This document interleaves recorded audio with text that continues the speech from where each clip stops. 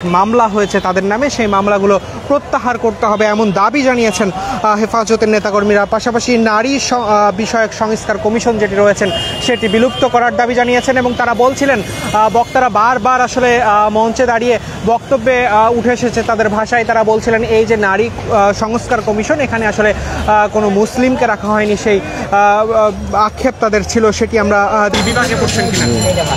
আমি বগুড়া থেকে আসছিলাম, তো বৃষ্টি বিভাগে খুব একটা ফেলেনি, কারণ বৃষ্টি একদম লাস্ট দিকে যখন বয়ান শেষ এই সময় হয়েছে। তো তারপর আলহামদুলিল্লাহ সব কিছু ঠিকঠাকই ছিল, খুব একটা পেরেশানি হয়নি। কয়জন এসেছেন এবং কেমন আজকের সব মিলিয়ে গেল?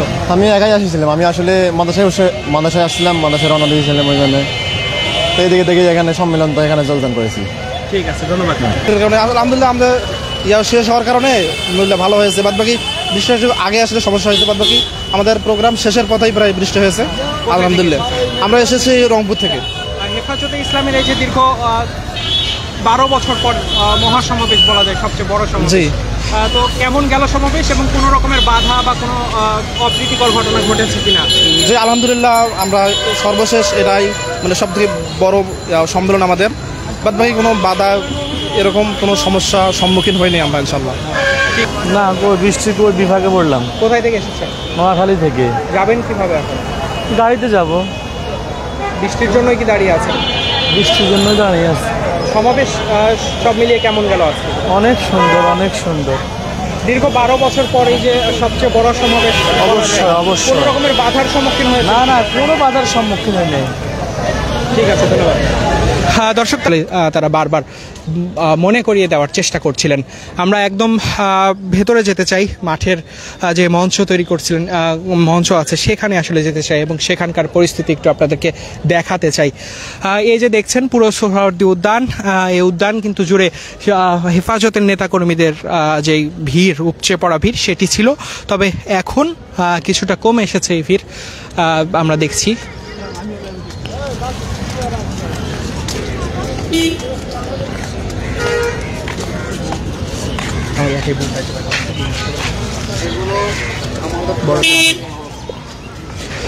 দেখছেন নেতাকর্মীরাও কিন্তু আসলে সমাবেশ স্থল থেকে বের হওয়া শুরু করেছেন।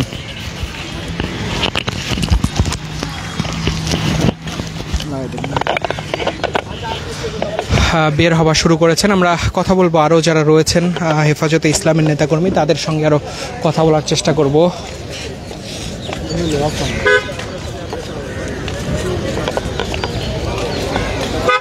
তাদের সঙ্গেই কথা বলে জানার চেষ্টা করব আসলে তাদের কেমন গেল আজকের এই সমাবেশ।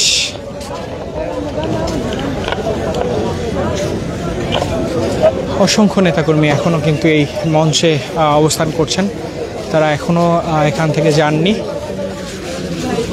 জনাব, আমরা একটু কথা বলি, একটু আসলে জানাবেন যে দীর্ঘ 12 বছর পর সবচেয়ে বড় সমাবেশ বলা হয় আজকে। জি আলহামদুলিল্লাহ। কেমন গেল সব মিলিয়ে যদি একটু বলতেন? সব মিলিয়ে এক কথায় অসাধারণ, এবং যতটা না আমরা ভাবছিলাম তার চেয়ে অনেক বেশি চমৎকার সর্বদিক থেকে।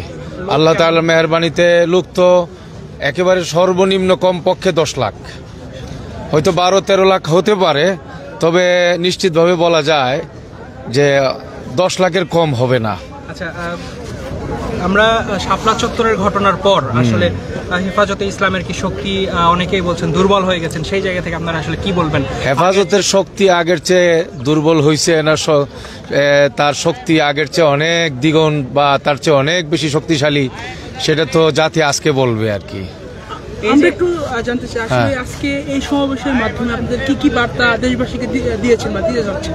বার্তা তো সেটা জাতির উদ্দেশ্যে দিয়ে দেওয়া হয়েছে। আমরা হেফাজতে ইসলাম শাইখুল ইসলাম আল্লামা আহমদ শফি রহমতুল্লাহ আলাইহির দ্বারা প্রতিষ্ঠিত যে নীতি আদর্শের উপরে ছিল, সেই নীতি আদর্শ নিয়ে আগের চেয়ে আরও বেশি শক্তিশালী ভূমিকায় আছি, এবং দেশ রক্ষায়, জাতি রক্ষায়, জাতির অধিকার রক্ষায়, ইসলামের হেফাজতের জন্য বাতিলের মোকাবেলায় আমরা অতন্ত্র প্রহরীর ভূমিকায় থাকব, এবং এর জন্য যে কোনো ত্যাগ স্বীকার করতে আমরা প্রস্তুত আছি ইনশাআল্লাহ। জি, আসসালামু আলাইকুম। Immigration to Canada. We provide the best quality service and solution for Canada immigration. Please visit our website and contact for details.